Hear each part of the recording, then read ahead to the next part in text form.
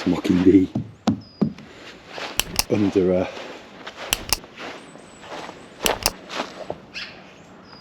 layer of snow. Look at this.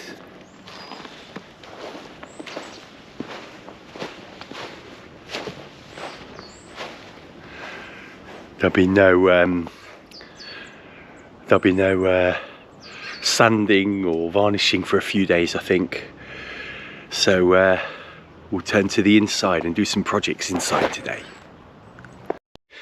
Hello, so today's little video is a bit of a hodgepodge of all kinds of bits and bobs.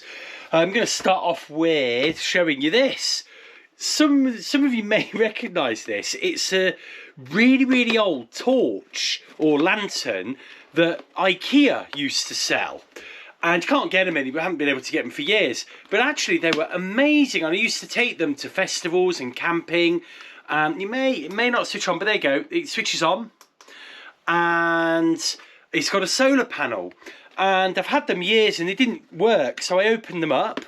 Found out that they just take 3 AA rechargeable batteries. So I bought some of those off Amazon. Put them in. And now it works. So I managed to rescue 2 out of 3.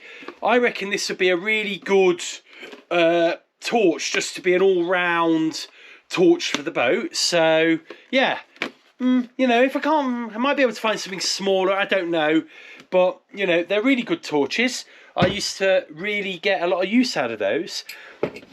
The other thing I bought today was, this is quite funny, was I need obviously I think you call them a spinnaker mast adapter or a hook. It's that little U hook that you click the spinnaker pole onto.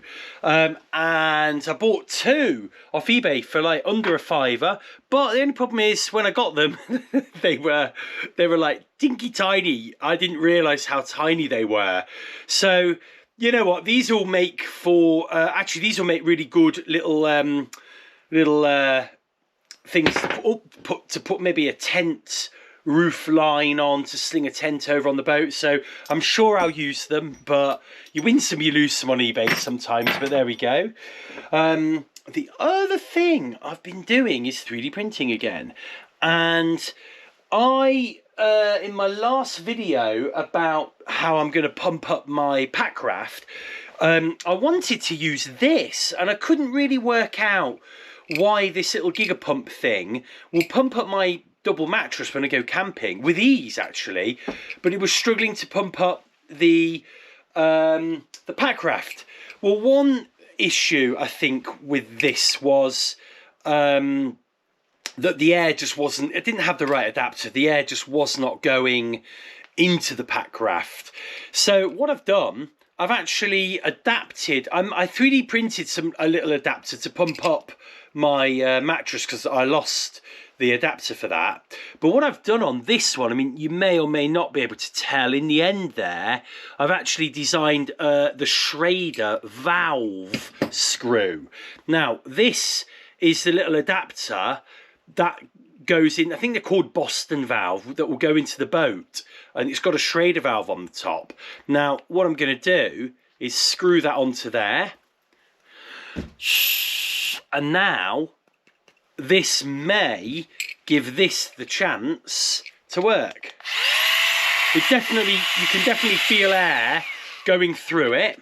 So yeah, so I think this, you know, I'm determined to sort of get this to work for the pack raft because it's so good, this little pump. So yeah, so I've been doing that. That was quite difficult to get that thread all sorted out, actually.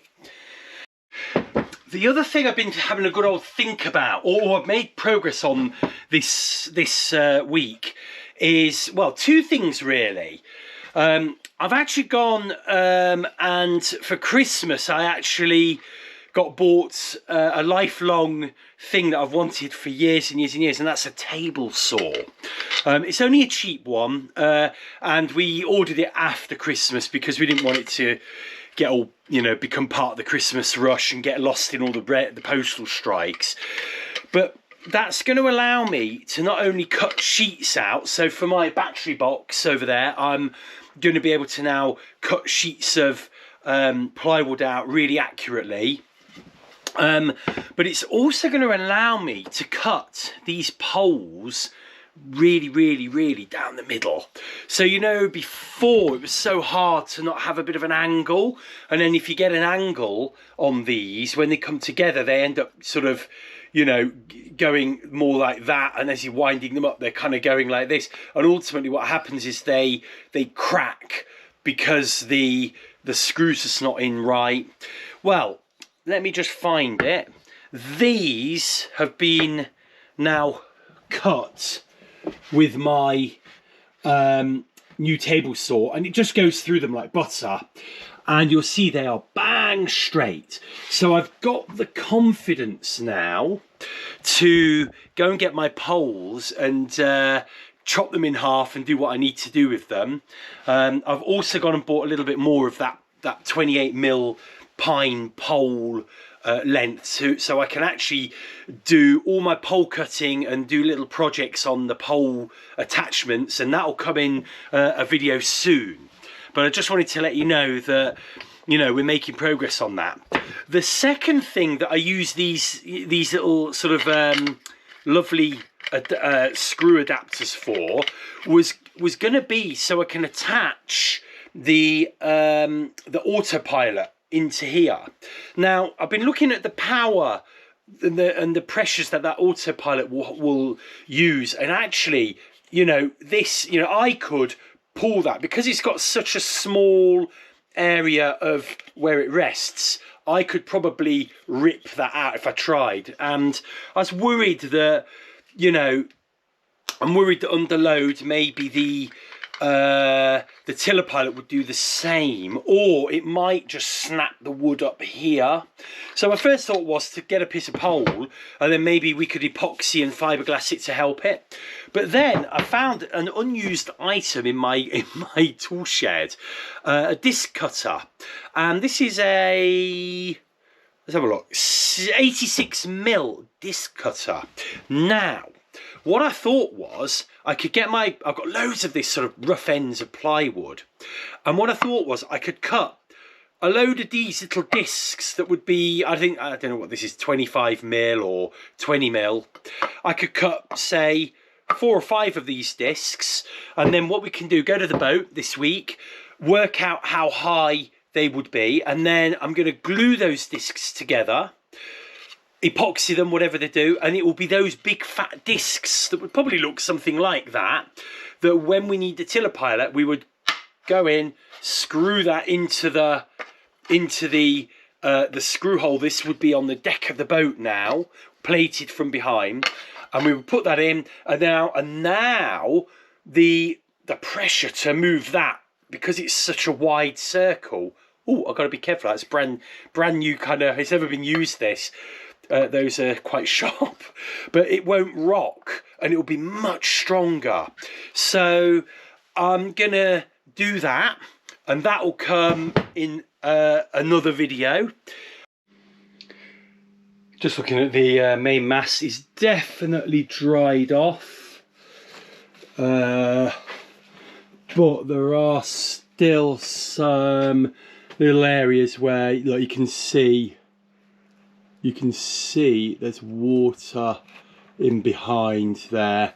So, but it's very few areas, and certainly where the, yeah, look, all this, where the varnish has come off, or, yeah, it's quite badly scratched there, isn't it? Yeah, that you know, you can see the water's not there anymore, and here, yeah, it's all gone out of there. So it's definitely drying. Oh, so it's definitely drying. I think, you know, no more than a week. I think this will be dry enough to give it a good old sand. So we'll come back to the mast next week. Here's my 6 horsepower Mariner 4-stroke.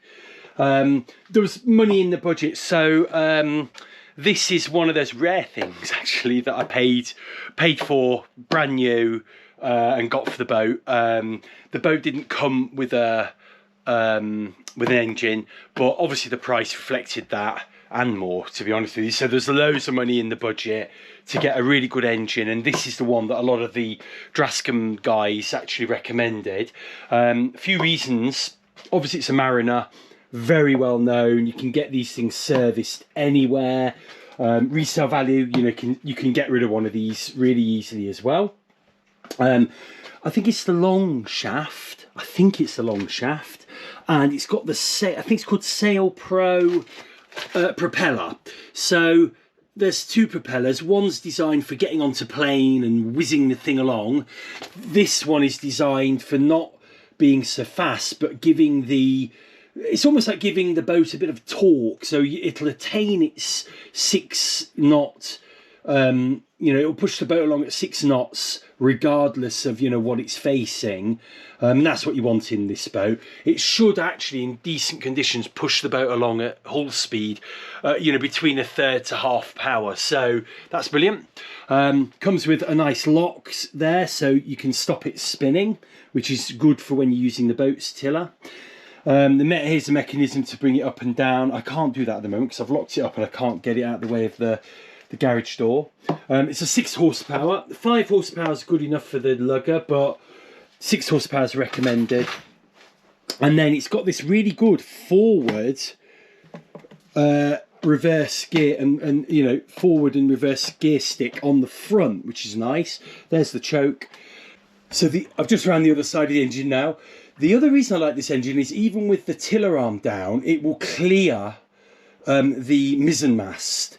So you can, you know, when you're in tight spots and whatnot, you can use this to steer the boat, and you know, and it won't get in the way of the mizzen mast. So when it's straight, you can see, obviously, because it's to one side, the mizzen mast, even if it was in the way, it would, you know, it would allow the engine to sit straight on it. And actually it's so easy to use it, you know, with this up and down.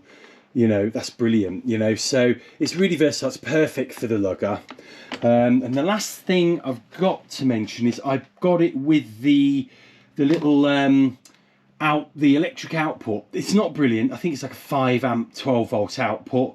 It's not hugely brilliant, but it comes with a little cable that means when you're puckling away using the engine, you'll be able to charge up batteries, things like that. So I need to get a little cable made up for that. Oh, it comes with the cable. I need to sort of get the right connector on it to charge up the battery. So yeah, we need to do a video soon. I'm going to get a test of it. I've already done a little mini test of it to make sure it works.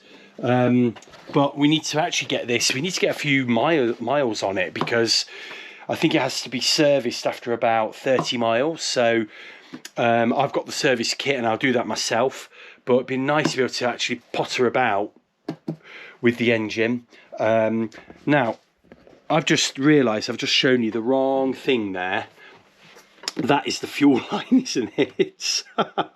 So that's actually the fuel line. Here is the 12 volt output from it. Yeah, so that's actually the fuel line, and that actually it came with an external fuel tank, which is just there, sat on top of my new cushions. So yeah, so that's absolutely amazing. I can't wait to get that on the boat and give it a spin, I'm not gonna lie. So, you know, we've just got to get the boat sorted and ready to go.